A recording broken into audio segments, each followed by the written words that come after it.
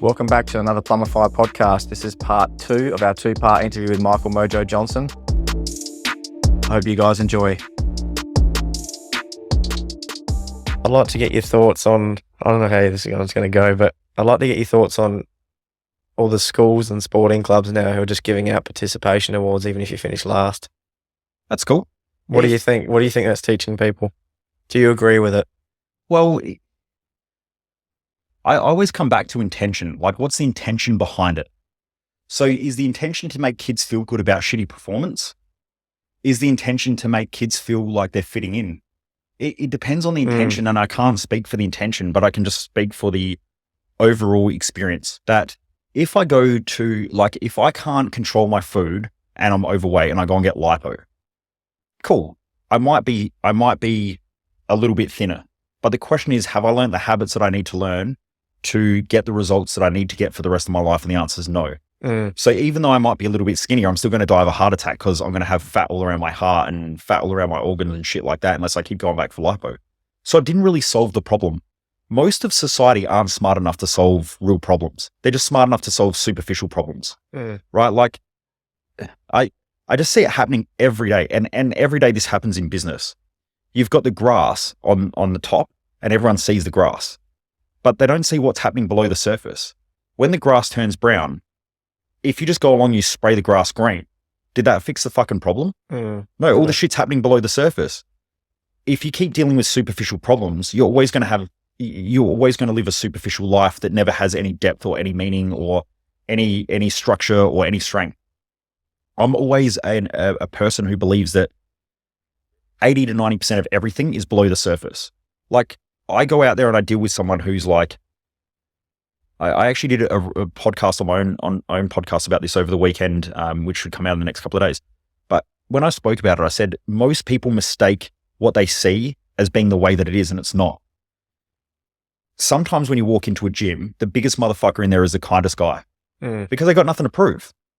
But it's the little insecure guy who's the most fucking mental. Yeah. Because they're the ones that are like, oh, fuck you, I don't care. Like, they're willing to die. Yeah. You know, Yeah. Because like they're so scared, they're so afraid, they're so fragile, they'll just snap. Then you've been around business people as well. Some of the worst people to ever do business with are those who don't have money. Because when they don't have money, they will tell you what you want to hear, but they're going to sneak chips across the table onto their side. They're going to find some way of fucking you somehow because they've got to survive. And when you're surviving, they don't care about you, they're caring about themselves. The best people I've ever done business with are those that are super secure. They're like, yeah, man, look, we fucked up, we made a mistake, it's 50K, just write it off, it's done, right? And we've learned our lesson, let's keep moving. Someone who makes 50K and they lose 10K, that's like 20% of everything that they've got. If you take 20% away from someone, they're going to lose their shit. So like sometimes I have people come to my events and they're like, you know, it's my last $2,500. I'm like, look, man, just keep it. Yeah. Like, just keep it, buy a book, we'll catch up some other time. And they're like, no, man, but I don't want their last $2,500 because if I take their last $2,500, it's fucking everything that they've got. Those people are ruthless. Like, when something goes wrong, a really good example of this is like, you go and read reviews. Do you think the people who are writing reviews for most products and services are those out there crushing it with $100 million empires? Nah. They're the fucking jughead that's a loser that's got no job, who's sitting at home, who's eating fucking Cheetos or Doritos and their fingers are all fucking orange and they're typing on the keyboard and shit, you know, drinking their 8th can of Red Bull by 10 a.m., you know, or they probably just woke up. You know, they're the sort of people that are like, oh, fuck this. And they're worried about that they got charged an extra $50 because there's a sale on now and they bought a product last week and they could have got it for $50 cheaper this week. You and I couldn't give a fuck about $50. Like, $50 isn't even worth our time of writing a review. So I think that a lot of the time, most people in our society are so used to dealing with superficial surface level shit that they never really go deep into anything, which is the reason why they never get results. When it comes to those ideas like participation awards and things like that, it's like, why are we doing it? If maximum growth happens at the borderline of challenge and support, if you over challenge a child, you crush them. But if you over support them, you make them weak. There's every half decent parent, you don't even have to be a good parent, you've just got to be a half decent parent who looks at their child and goes, right, they're doing something that they're now being driven by their impulses and they're being a bit fucking erratic and crazy. They need to be told off, right? Now you're going to implant your values when you tell a child off, and that's what keeps them in balance. But you create boundaries with them. Every parent sits down and goes, shit, how much do I tell them off? If I yell at them too much, I freak them the fuck out. But if I don't tell them enough, the kids keep taking the piss because they don't respect you and they don't take you seriously. Where's that line? No parent ever really figures it out. Yeah. And sometimes you snap and you go nuts and the kids are a bit afraid and you're like, oh shit. And then you feel bad about it and you apologize. But you're learning how to be a better parent and a better leader and a better communicator. And the child's learning, like when you fuck around, you find out. Yeah. Right. If you push people too far, they're going to snap. So they're learning their lessons, the parents learning their lessons, and that's called growth. In our society, when we just take one side and we're like, okay, we just got to give the kids everything, we just support them. And, another kid picks someone at school. So therefore, we just got to give them a cuddle and we'll tell their parents and fucking, when you wrap the child up in cotton wool, that's great because now they got super confidence and they have no fear and they go out to the world and the world's fucking scary. Now you've got that person who walks down the street in the middle of the night and they're not scared of anything, but they're walking down Hindley Street on a fucking Thursday night at 2:00 in the morning by themselves. What's going to happen? Yeah. I personally wouldn't do that because you've got drunk males and females, crazy shit goes on, right? So when you have a healthy understanding of fear or a healthy understanding of loss, you sort of can mitigate risk and you can think through things more effectively. Now, in the perfect world, like there's all these trippers out there who are like, yeah, but in a perfect world, no one would touch another person. Okay, give me one time in history that's ever happened. It's never happened, right? In fairy tales and Disney movies and shit, yeah, cool. But this is the real world, right? I was speaking to a person actually on Instagram only a couple of days ago, and they're a quantum physicist in the United States, and we've been chatting back and forth because they're doing some sales and stuff like that, and they wanted some of my help. And they're an attractive Russian woman, and she works in the field of quantum physics, right? And she said, I've got this guy who just keeps sending me death threats all the time. And I'm like, fuck, that's pretty bad. And she's like, yeah, this guy's just got this habit of like finding attractive women and just sending them death threats. The police already know who he is. They're just, I've got a restraining order and all this sort of stuff. But those people exist. If you wrap your child up in cotton wool, how the fuck are they going to deal with someone like that? That's a psychopath. Yeah. Right now, she's done nothing wrong. Your kids may do nothing wrong, but you wrap them up in cotton wool and teach them that the world's all safe and all fucking roses and shit, and they don't think about that stuff. What happens when they're walking at home at night by themselves because the world's all safe and no one would ever touch a woman and shit, or no one would ever touch another person? And then now all of a sudden that fucking psychopath's out there. Yeah. They don't think through consequences, right? So coming back to my point is like, there's the fairy tale ideal world, which most people have inside their mind of how the world should be.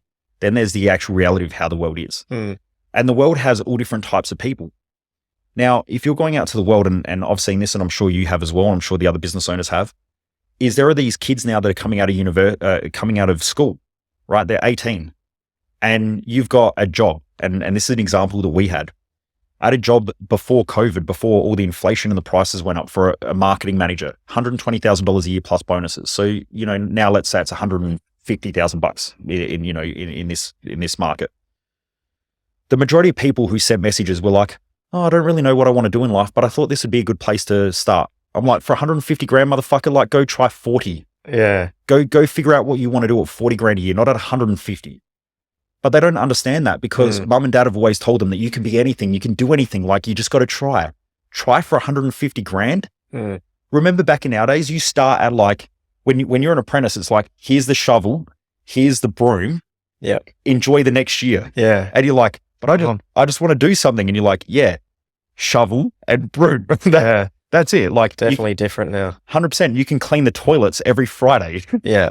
And then some guy goes in there, drinks like half a liter of iced coffee and blasts the toilet to bits. Yeah. And you got to go clean that shit.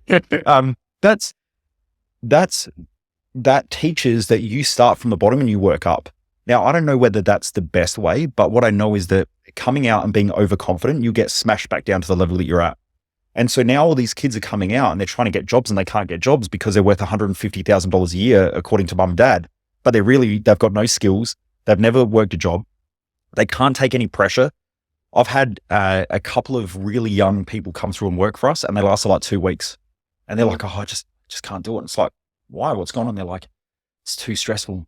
I'm like, you haven't fucking done anything. Yeah. They just have zero stress tolerance. Yeah. And that's not all of them, I think kids who get brought up in a lot harsher environments, like lower socioeconomic, where mum and dad aren't around and they get the shit kicked out of them and stuff like that, man, they want to work. They want to work because they have suffered. And so for them, working hard isn't suffering. It's actually, it's helping them build their self-worth. Whereas you get those kids that are over-supported, mum and dad nurture them. You're going to end up with a 45-year-old that's still living at home with mum and dad who wants 150 grand a year, that's never really worked a proper job, that doesn't want to work after hours. I saw some dude on TikTok that's like, you know, when I work a job, no one's allowed to contact me after hours and no one's allowed to do this. And, you know, they should pay this and you know, I'm entitled to all this shit. Yeah. And I'm like, motherfucker, you're not entitled to anything in life. You're not entitled to anything. Like, you're not even entitled to clean air in this day and age, right? You're not entitled to water. You're not entitled to anything. You're born and now you've got to go and earn the right to have shit in life. That's how we progress. And this is controversial, right? But as a society, we work together by supporting the tribe, and we're all tribal.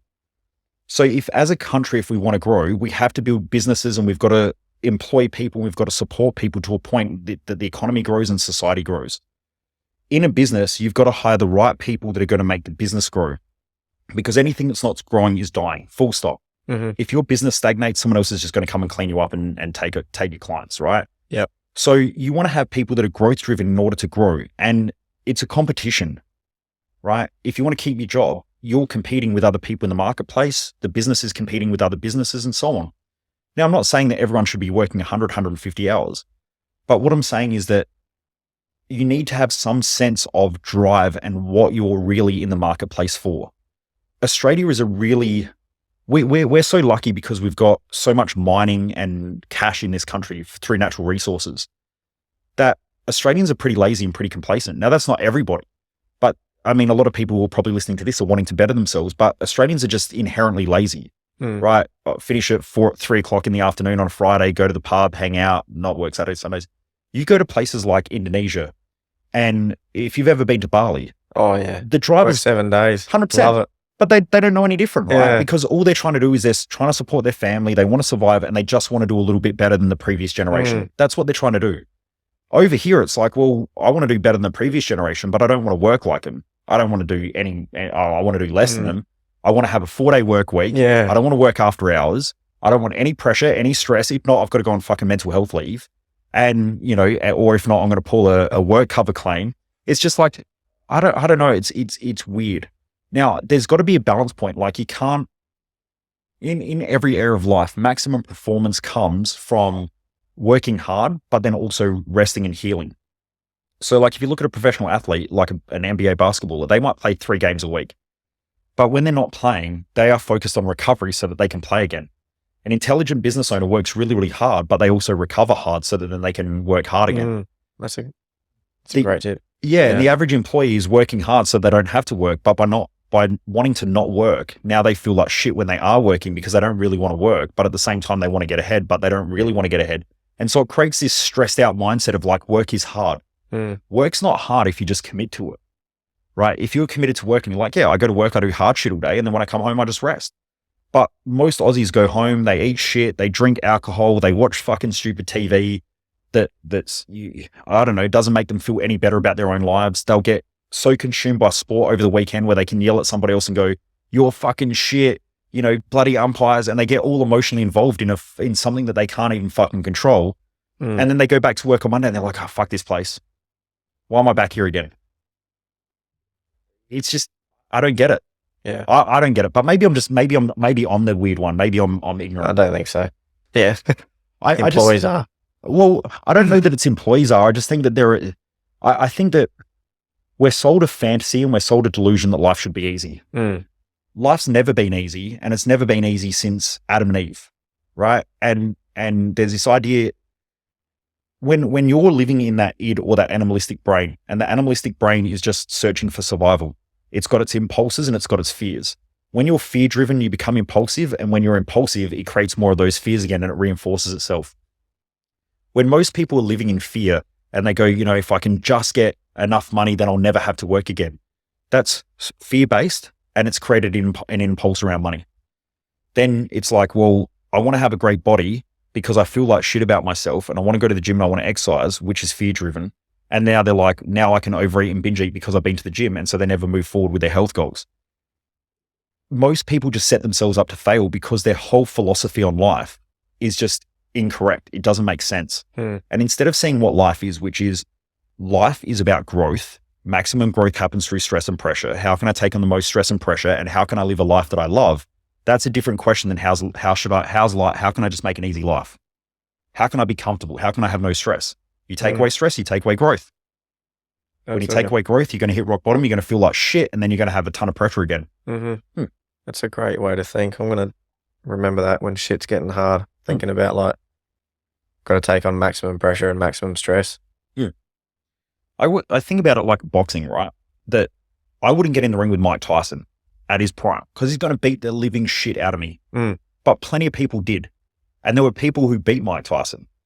Why? Because they were at the level that he was playing at. And so you get punched as hard as the level that you're playing at. Yeah. My hairdresser, he's a boxer as well, and Golden Glove boxer and stuff like that, this young guy. And even for him, he loves getting in the ring and he loves getting hit because that's his thing, right? It's what he loves. In life, people start a business and they set the rules of the game wrong, or they set their fantasy of business wrong instead of realizing that you're getting in the ring to get punched. You don't get in the ring if you don't want to get punched. You don't get to live a great life and have millions of dollars if you don't want to get punched. When you realize that having problems, having stress, having frustration is just the fucking pleasure of the game.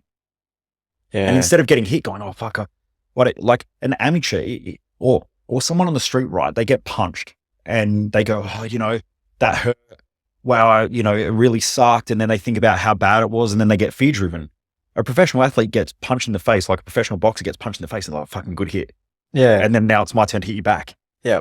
You'll see really good fighters, they sort of smile a little bit when they get hit because they're like, that was fucking good. Yeah, they do. So in business, why isn't it the same? When a problem pops up, you're like, yeah, fuck yeah. Yeah. And at the same time, I think when they do get punched, they're analyzing in their head, why did I get punched? And they're moving, you know what I mean? Then they're sort of training around it at the same time. Yeah.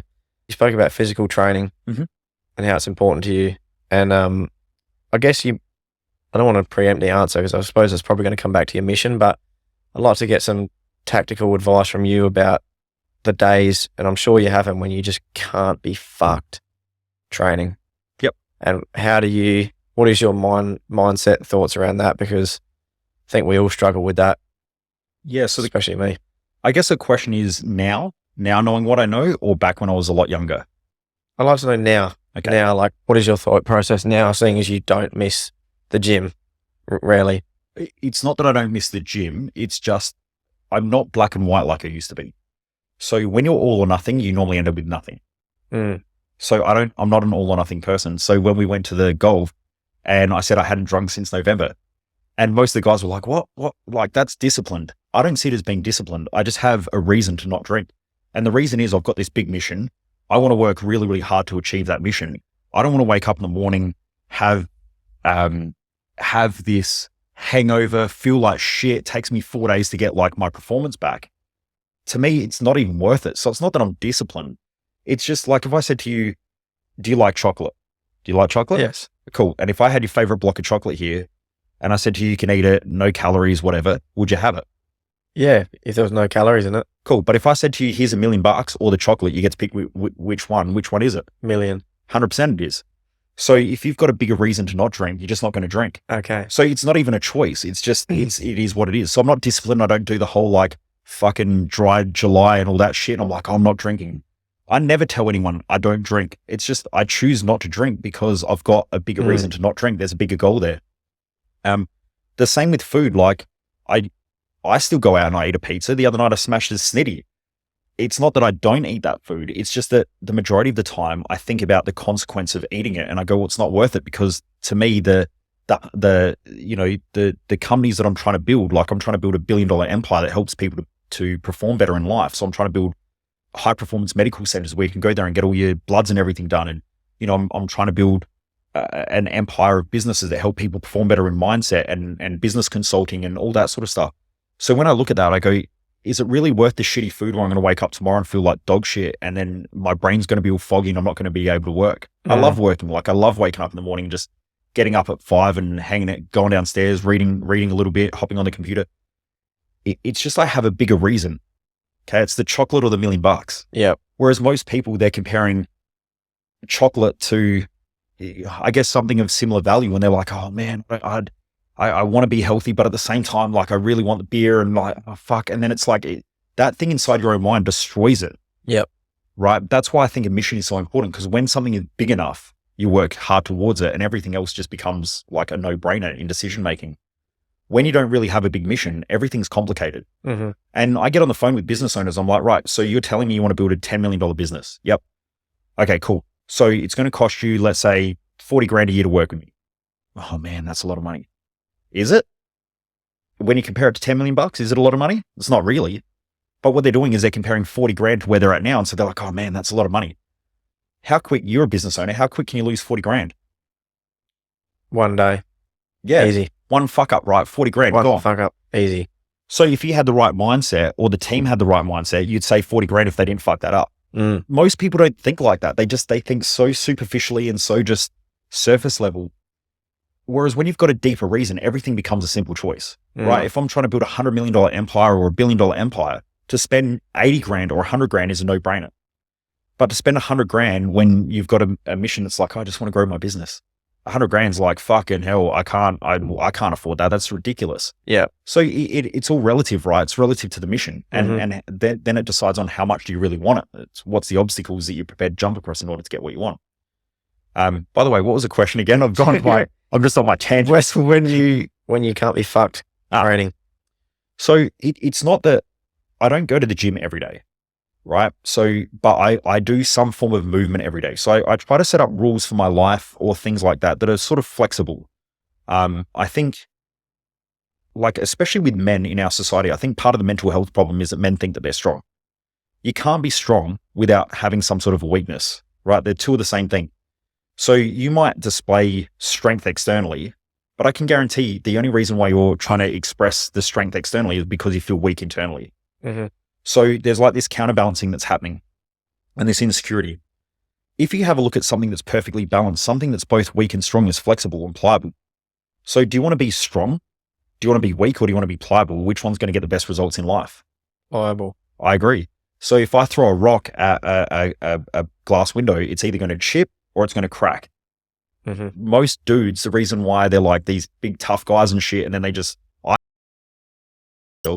is because they try to be so strong that when they fucking crack, they crack. Yeah. Right? Not a good idea. Whereas when you've got a bit of softness to you and you're a bit more flexible and a bit more pliable, you can sort of be a bit more adaptable to things. And so in my life, when I set up rules, I used to say things like, I've got to go to the gym for 5 days a week and I've got to lift this type of weight.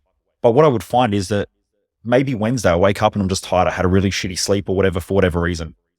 Then I go into the gym and I'm like, man, I fucking can't really train properly. And then I start feeling like shit. And then I start beating myself up.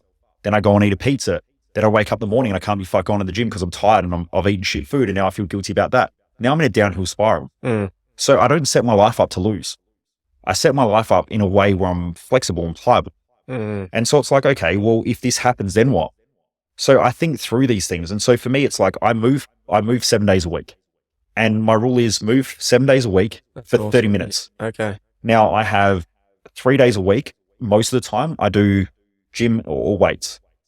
But outside of that, sometimes I'll do a bit of a CrossFit workout. Sometimes I go for a walk. Some days I train twice. Some days I even train 3 times. Like I wake up in the morning, go for a walk. Then I do a CrossFit workout at lunch. And then, I might go for a walk. Mm-hmm. Other days, like today, I was going to go do jujitsu, but I ended up just getting, stuck on calls. And I was like, yeah, I'll go for a walk later. Yeah. So I make it so it's a bit more pliable. When I go out for dinner, instead of being like, I've got to be calorie counting and shit, like what's the healthiest thing? So I could probably have a steak and some veg and whatever. If I blow up my calories, it's fine. I'll just pull them back a little bit tomorrow and we're good. Yeah. Versus most people have this pendulum. It's like, well, I've had beers today. I might as well just blow out the whole weekend and I'm going to get as smash as I can today and I'm going to eat as much shit as I can. I'm going to eat really, really clean on Monday and I'm going to go to the gym and do 5 days a week. When you do that, you're just a big fucking pendulum that swings back and forward from one side to the other. And those swings are huge. That's going to destroy your mental health. Just be flexible, man. Like, that's what I need to build in, because that's big. Yeah, like I'd do the same bit. You can get in that downward spiral, can't you, when you have one bad day of eating it can usually does turn into 6 more, and then you're like, oh, I'll just start the next Monday. Yeah. But yeah, if you're building that flexibility, especially with the training as well. So that's really good advice. I'm going to do that. And when you're like that, you don't need to wait for Monday, right? Because you're just like, yeah, all right, cool. I'll just pull back a little bit. So it's like I went a bit too high there, so I'll just pull back a little bit. Mm-hmm. You know, some days I'll have, like last week, because the workouts changed, I'm doing more like CrossFit EMOM style workouts. Last week I did the training session with my trainer, and I was absolutely fucked afterwards. Like, you know, almost you could feel my whole nervous system like just like spazzing out almost. And you know, I had the afternoon plan to go get work done, and I'm just like, you know what, I can't even function. So all I'm going to do is I'm just going to chill out.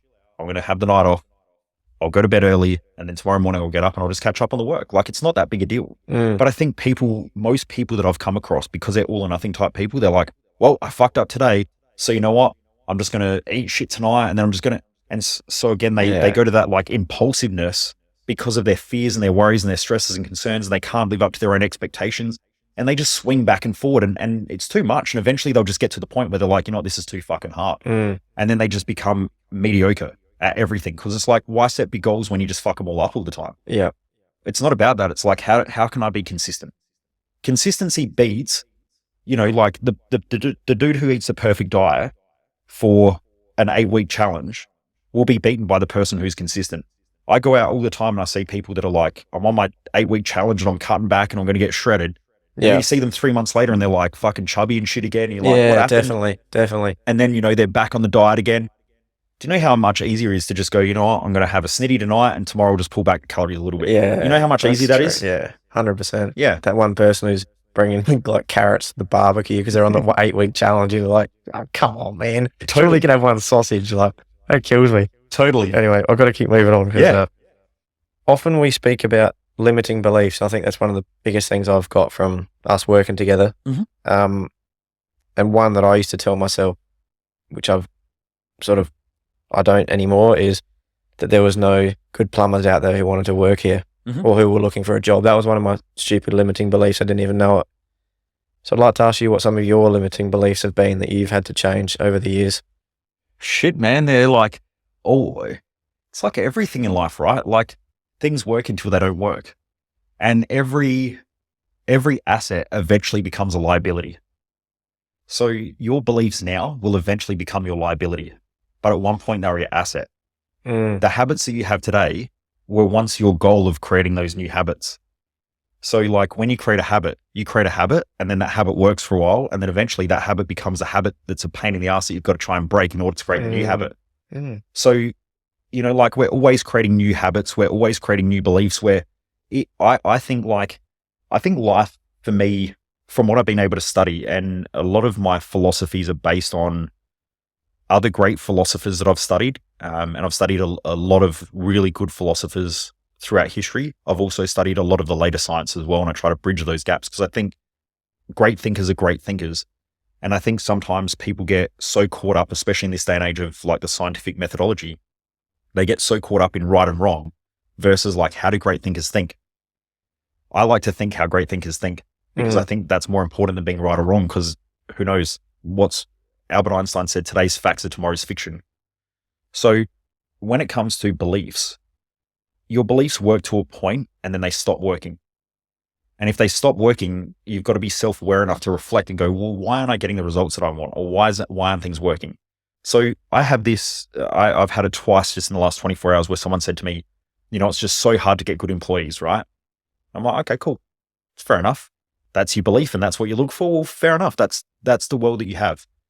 The world that people perceive is essentially based on their perception. So if someone says you can't trust anyone, they're 100% right. Right? Because in their own mind, that is their belief. So they're 100% right.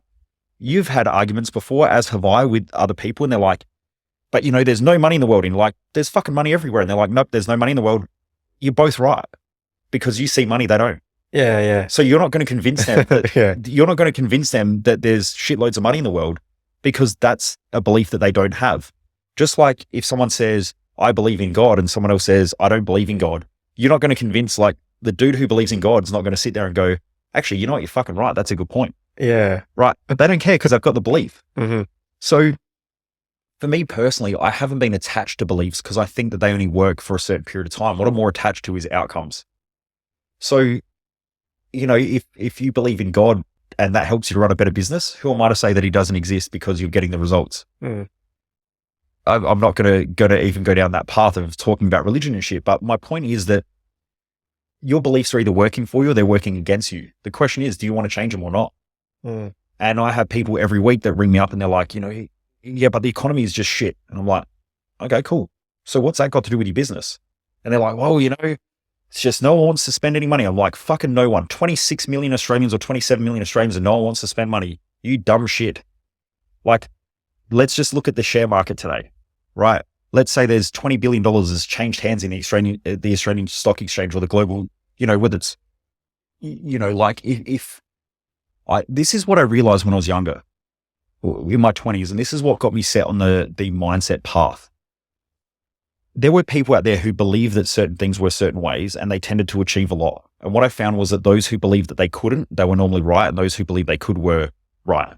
So I'm not saying that people who just believe shit all the time make it happen. But what I'm saying is that intelligent beliefs tend to work better than unintelligent beliefs.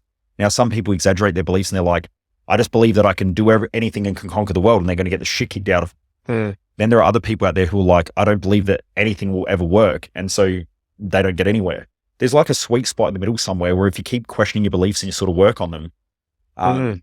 Questioning the beliefs, I reckon that's big. Yeah. And that's really, I think in order to be able to question your beliefs takes a lot of courage. It takes a lot of intelligence. And I don't think most people do it because it gives them certainty about life. Yeah.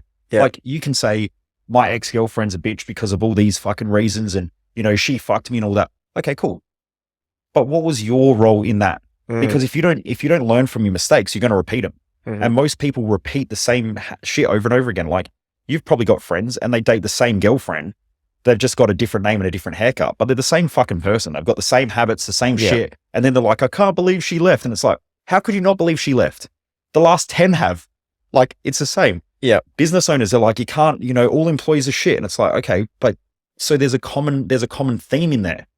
If you don't learn that lesson, you're going to keep hiring people because your hiring strategy is shit.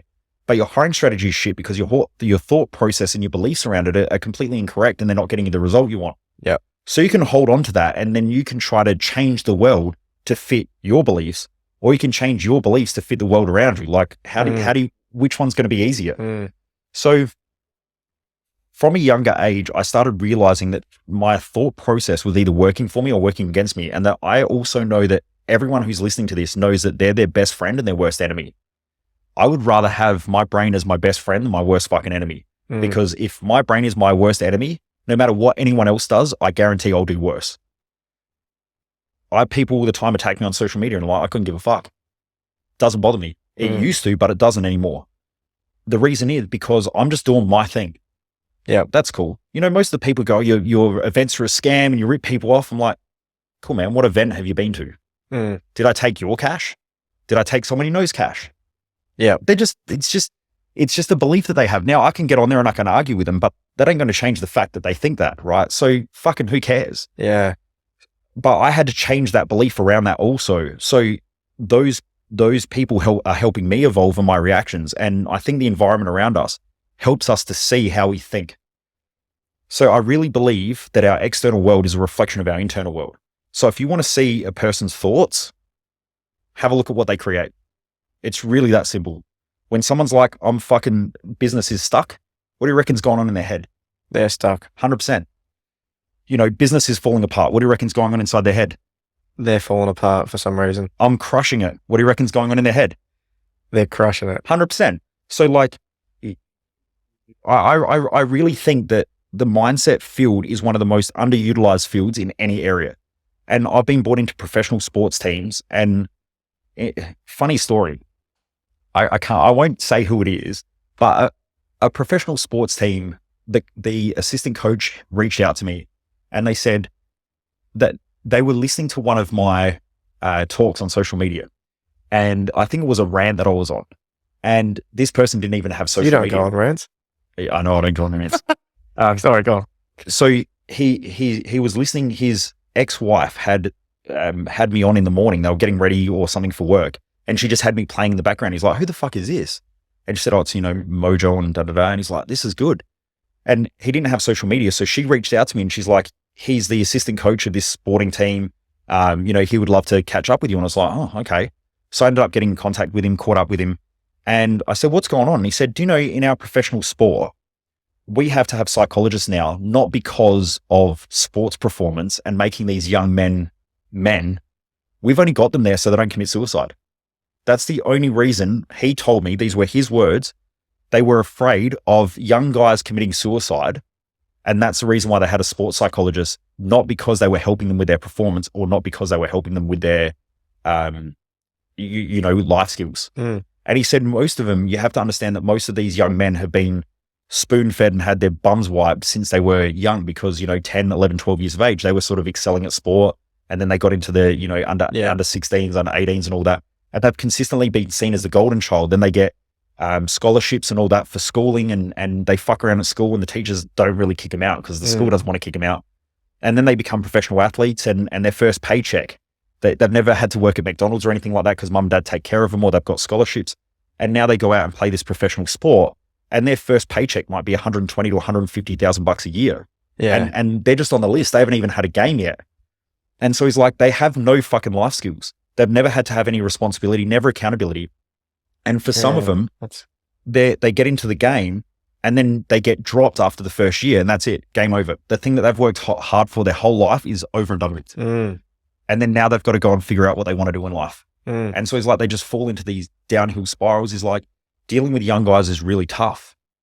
And he said, we need someone like you to come in and not only teach these young guys how to be men and the responsibilities that they have, but also give them the tools to not only perform well in sport, but perform well in life. Anyway, I worked with him a couple of times and then fortunately and unfortunately, he got a huge exchange to, it's an international sport. So he got a big gig overseas and he left and then that was it. I just perished into the, that was it. I never worked with him again or anything like that. And so, I think mindset is really such an untapped resource in every area. Like even sporting teams underutilize the mental performance space so much. Mm. But not only that, businesses just do such a bad job. Like I get asked to go and speak at corporate events and I fucking hate them.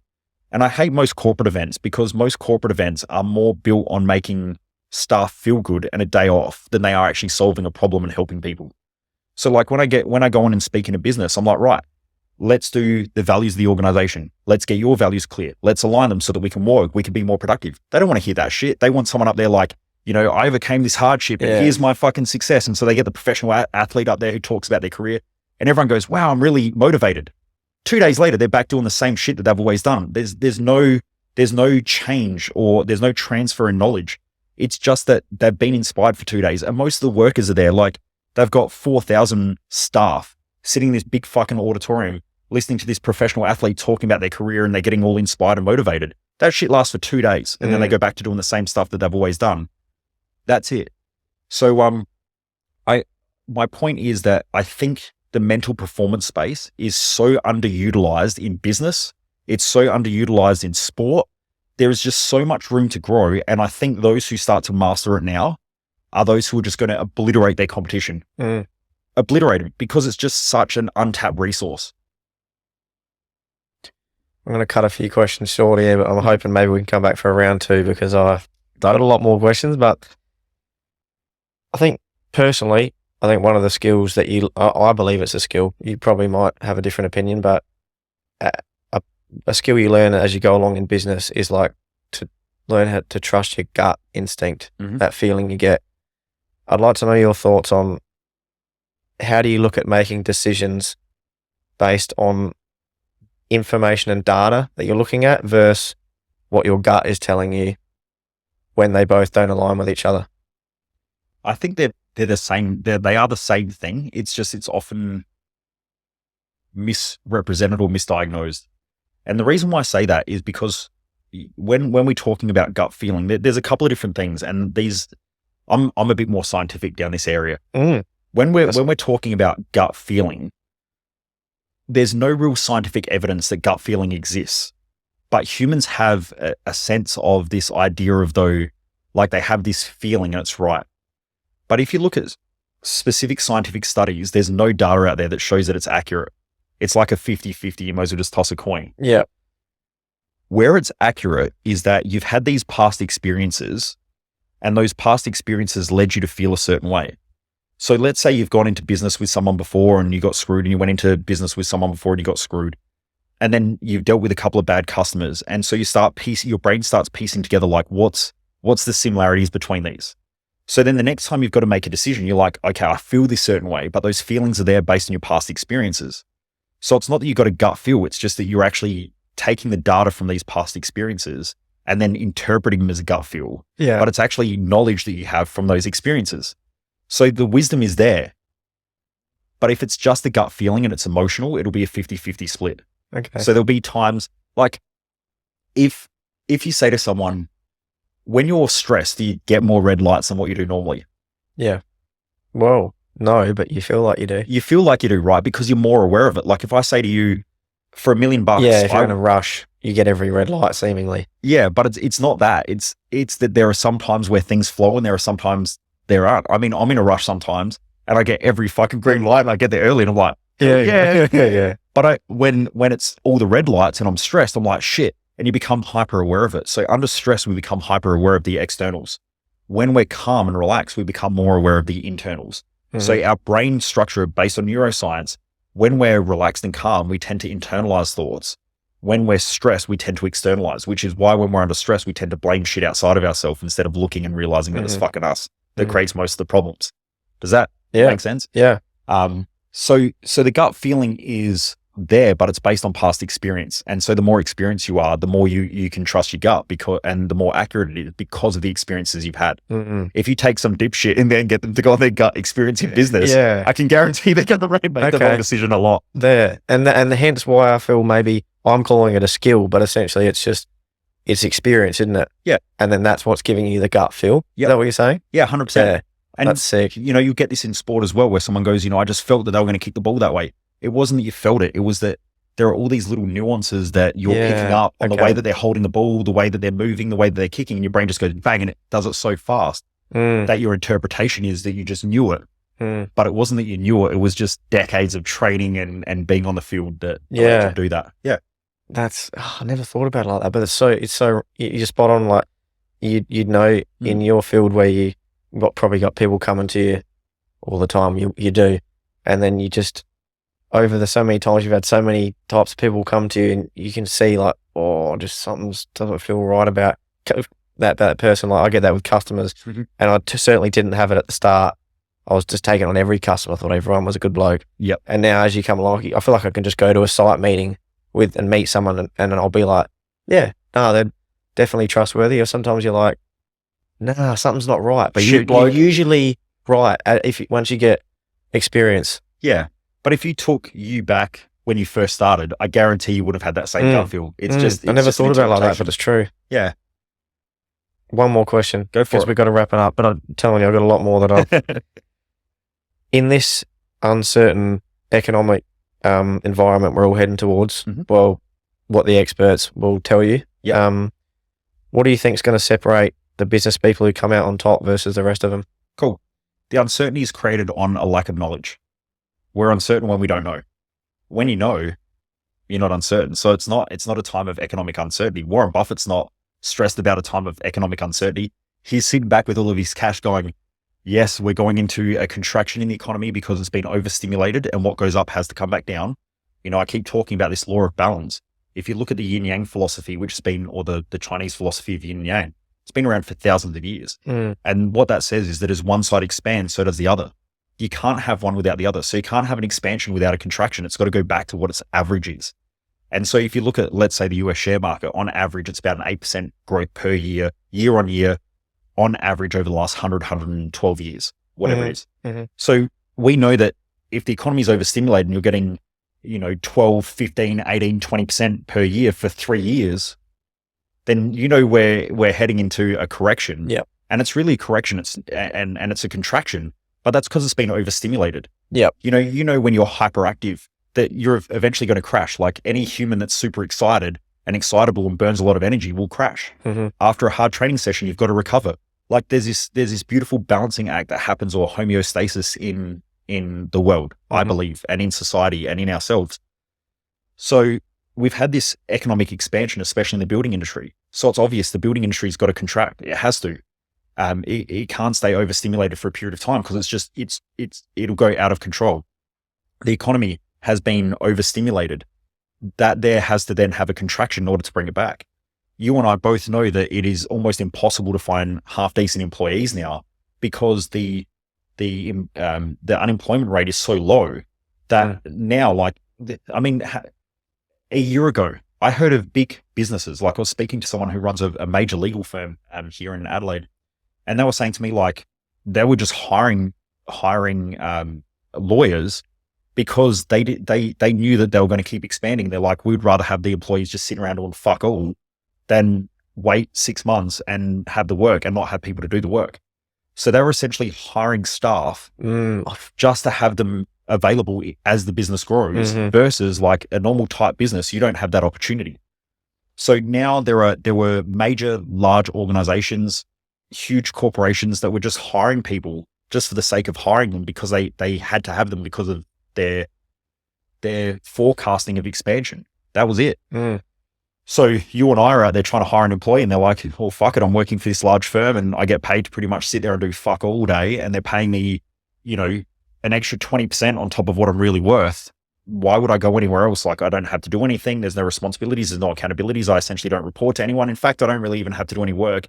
And normally I'm worth 150K, but now I'm getting paid 170 plus bonuses, plus I can work from home, plus, someone comes and wipes my ass when I shit. Like that's what we've got. It was so obvious that the economy was tilted so far one way that it has to come back and correct itself back into balance.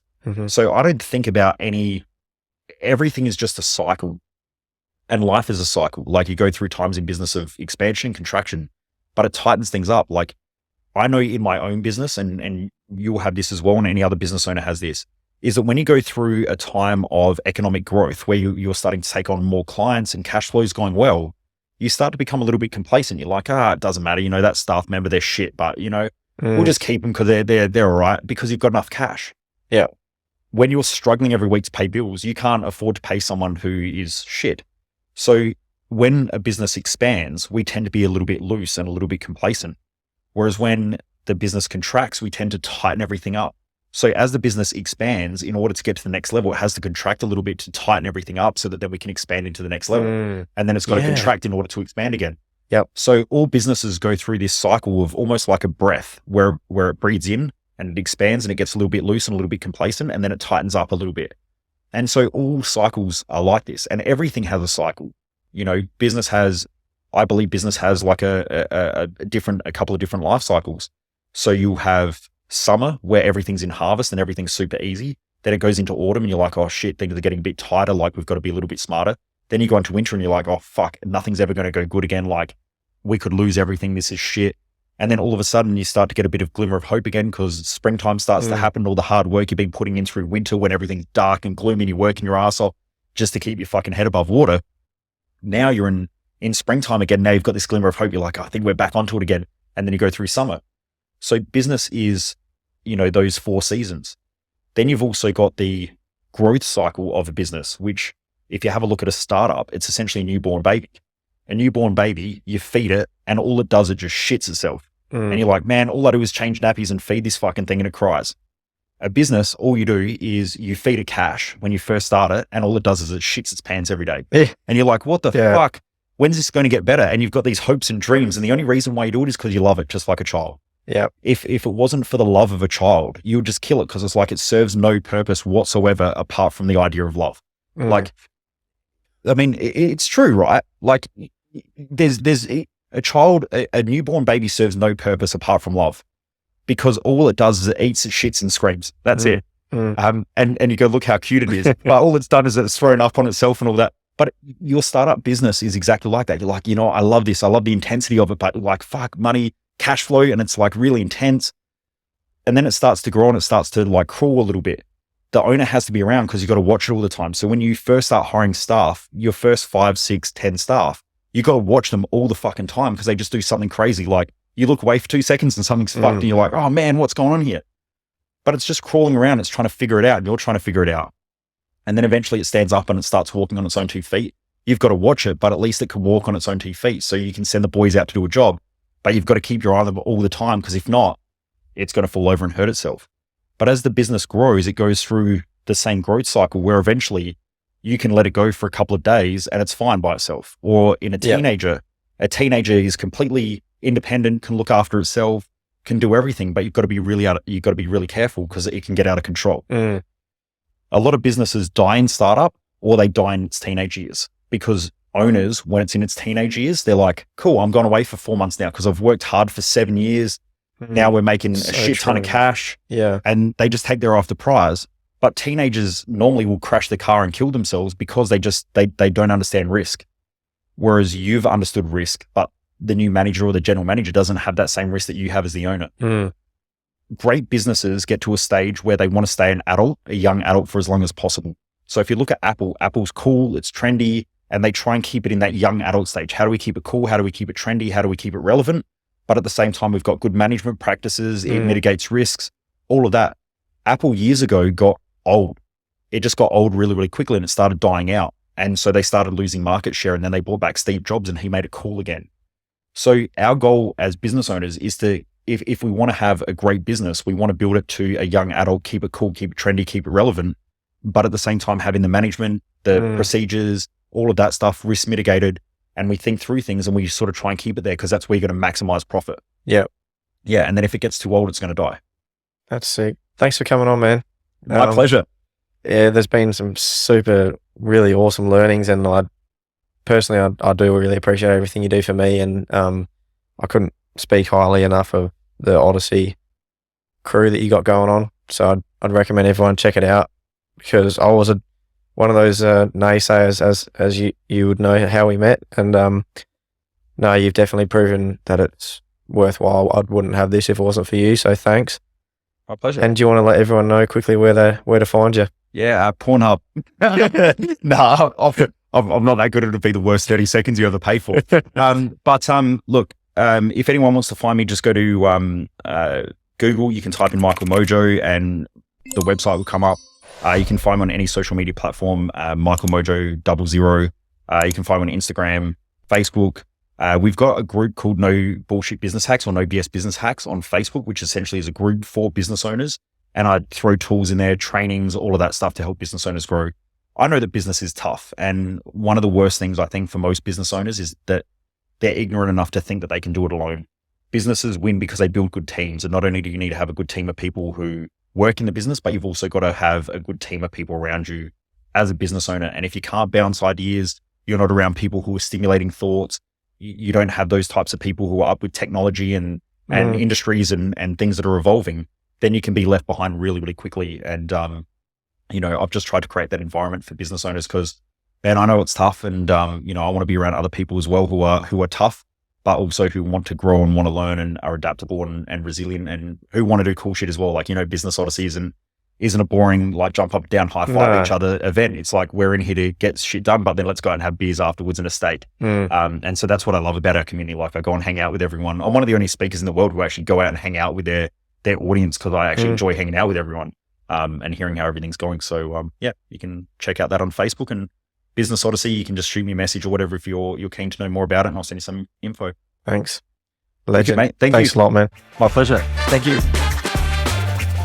Thanks for tuning in to another Plumbify podcast. Make sure you follow us on Instagram, TikTok, YouTube, LinkedIn, and all the usual podcast platforms.